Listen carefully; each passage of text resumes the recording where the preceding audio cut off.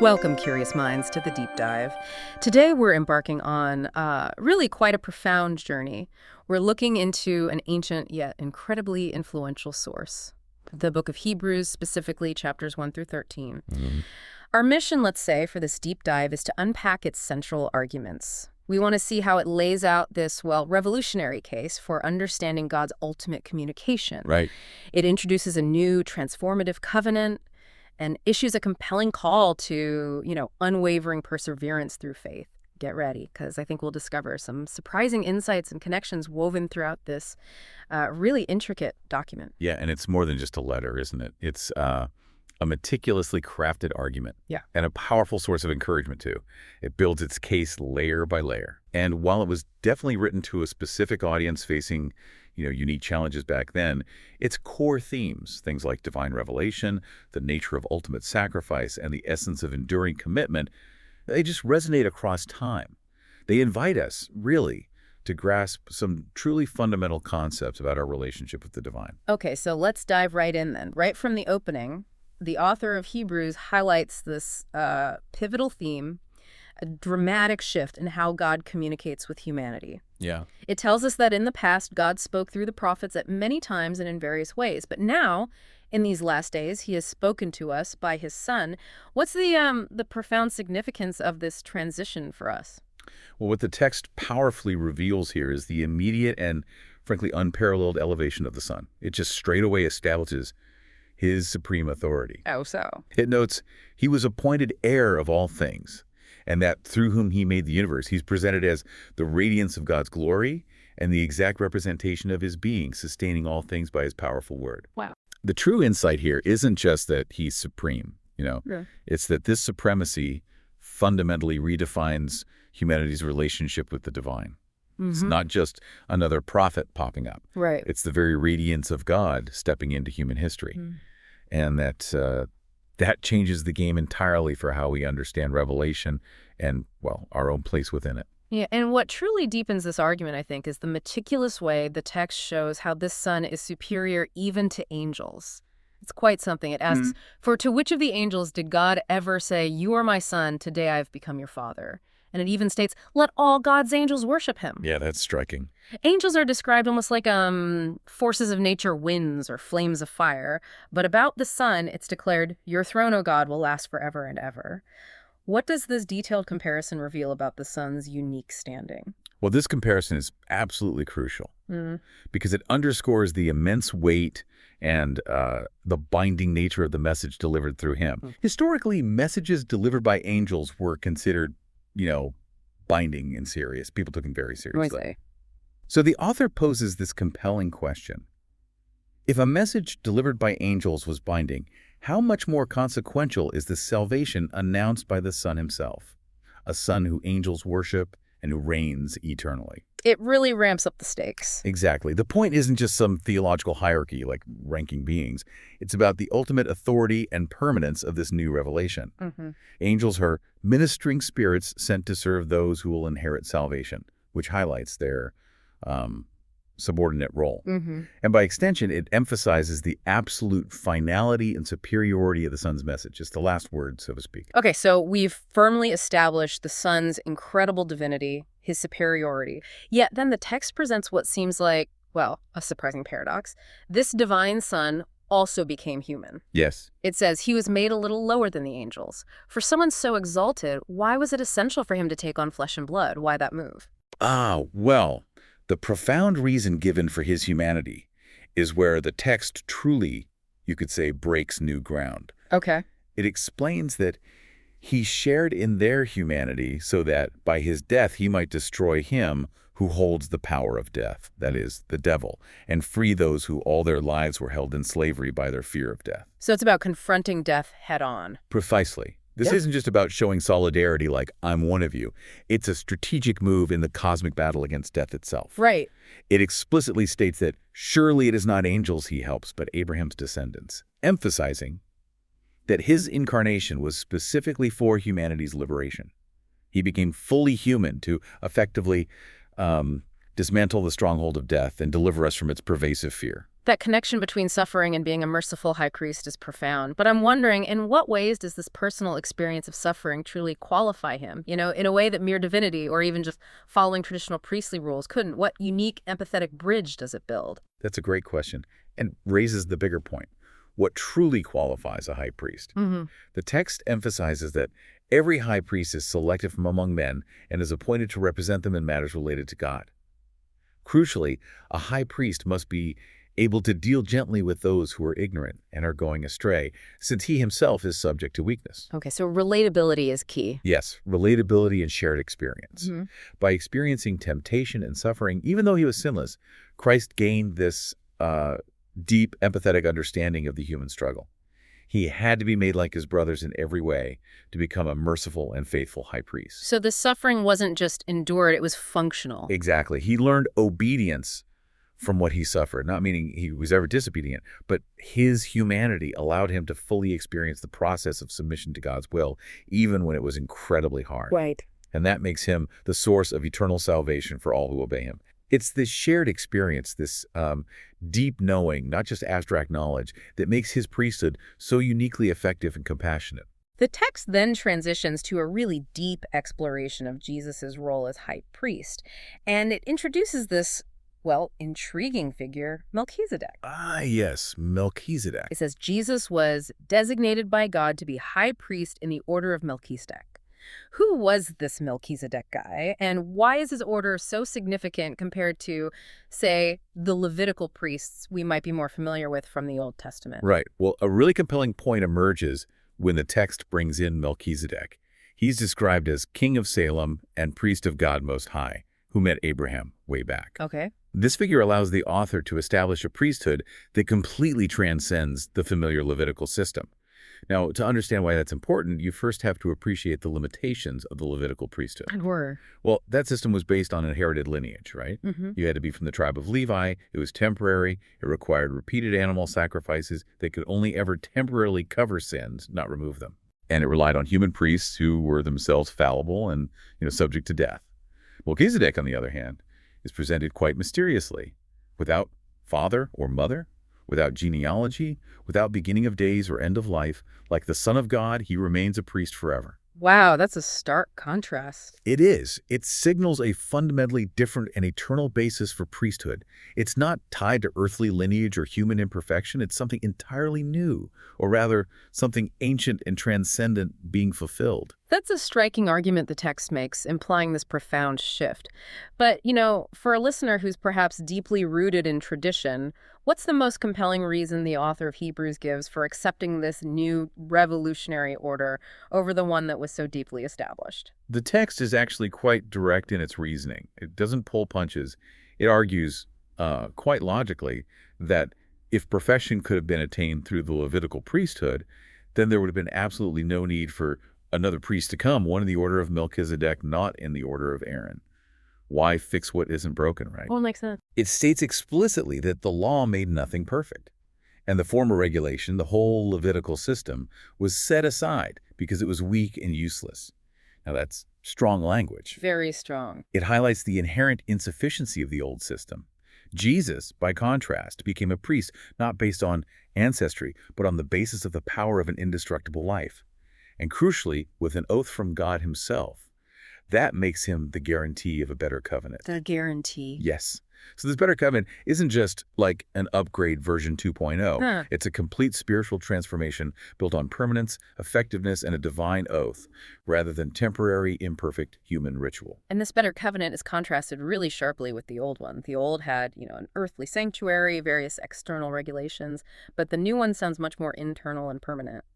What were the key deficiencies of the Old Covenant's practices that the New Covenant addresses so completely? Right, if we zoom out, the broader implication is how the text details that Old Covenant tabernacle. It highlights its physical nature, the holy place, the most holy place, the yearly entry of the high priest with animal blood, all very elaborate. Mm-hmm. But the critical assertion, the core point, is that it is impossible for the blood of bulls and goats to take away sins. They were symbolic. A temporary covering, perhaps, but not a fundamental removal of sin. Just a reminder, almost. Exactly, an annual reminder, as the text later says. The New Covenant, however, shifts everything inward. God declares, I will put my laws in their minds and write them on their hearts. I will be their God and they will be my people. That's deeply personal. Very. This isn't just a rule change, it's a complete spiritual transformation. Yeah. It promises that sins will be forgiven and remembered no more. So it moves from external ritual to internal transformation, from temporary atonement to permanent deep forgiveness. And the sacrificial system itself undergoes this monumental change too, moving from those repeated offerings to a singular, ultimate act. How does the text really underscore the finality and, I guess, the effectiveness of this one sacrifice? Yes, the finality is absolutely paramount.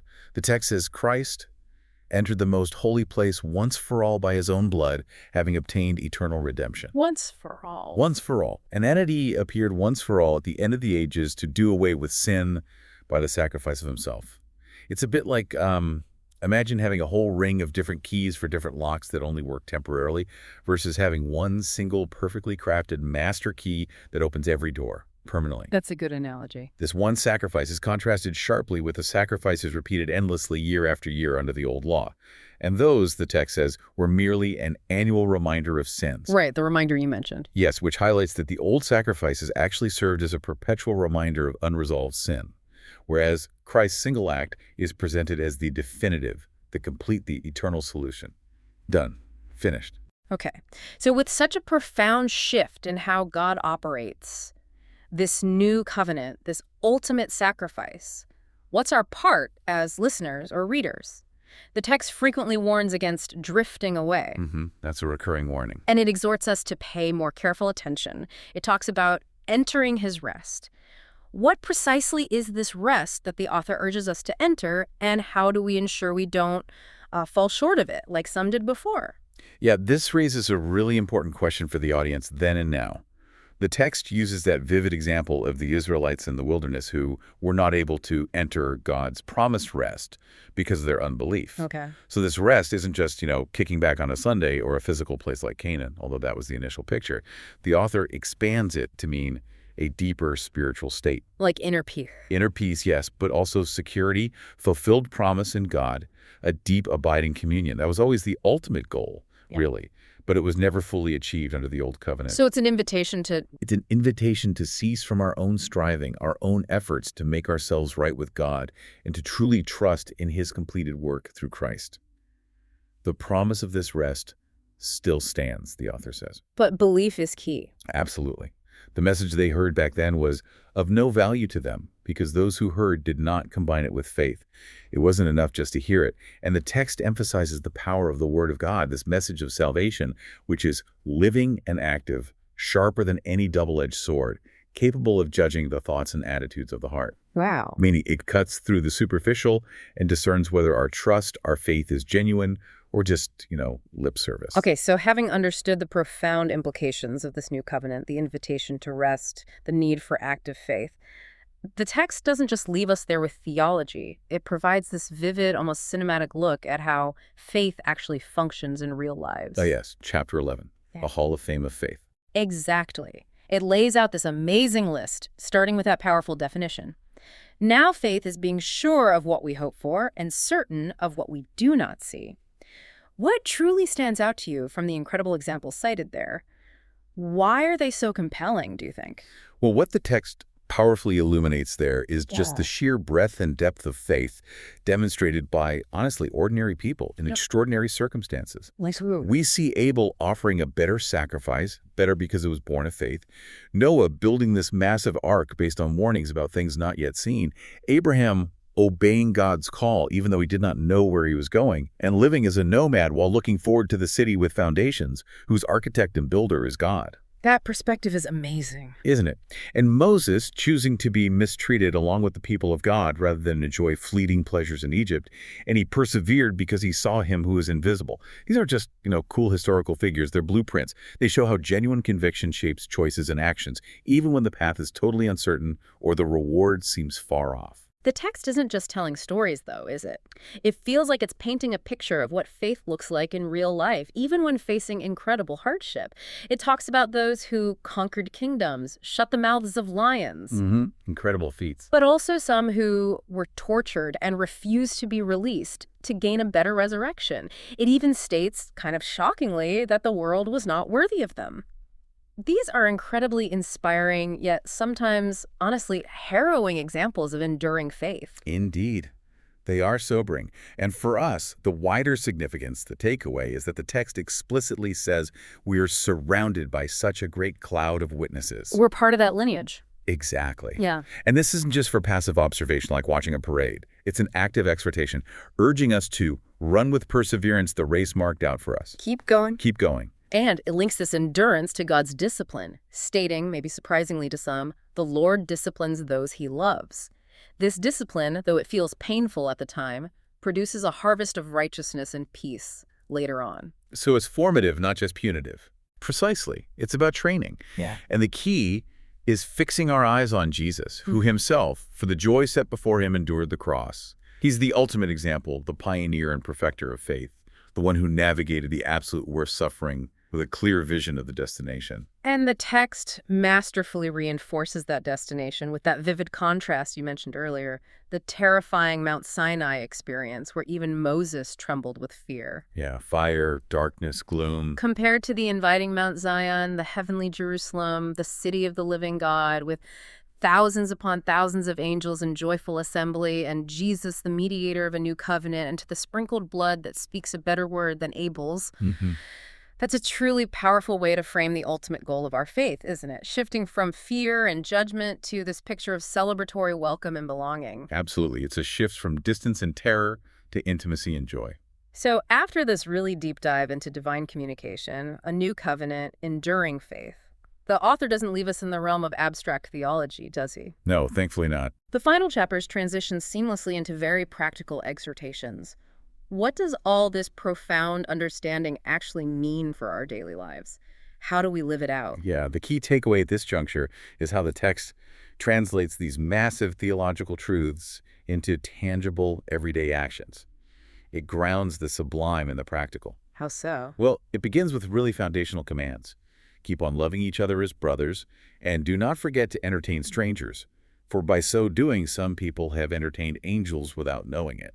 Simple, but profound. That's an amazing thought, entertaining angels. Isn't it? It also highlights remembering those in prison and those who are mistreated, reminding us constantly of our interconnectedness and our responsibility for one another. These aren't just isolated commands, you see. They're the natural overflow of a life genuinely transformed by this new covenant reality. And it touches on truly fundamental areas of life, too. Honoring marriage, keeping lives free from the love of money. That's a timeless one. Always relevant. And being content with what you have because, and this is crucial, God has said, never will I leave you, never will I forsake you.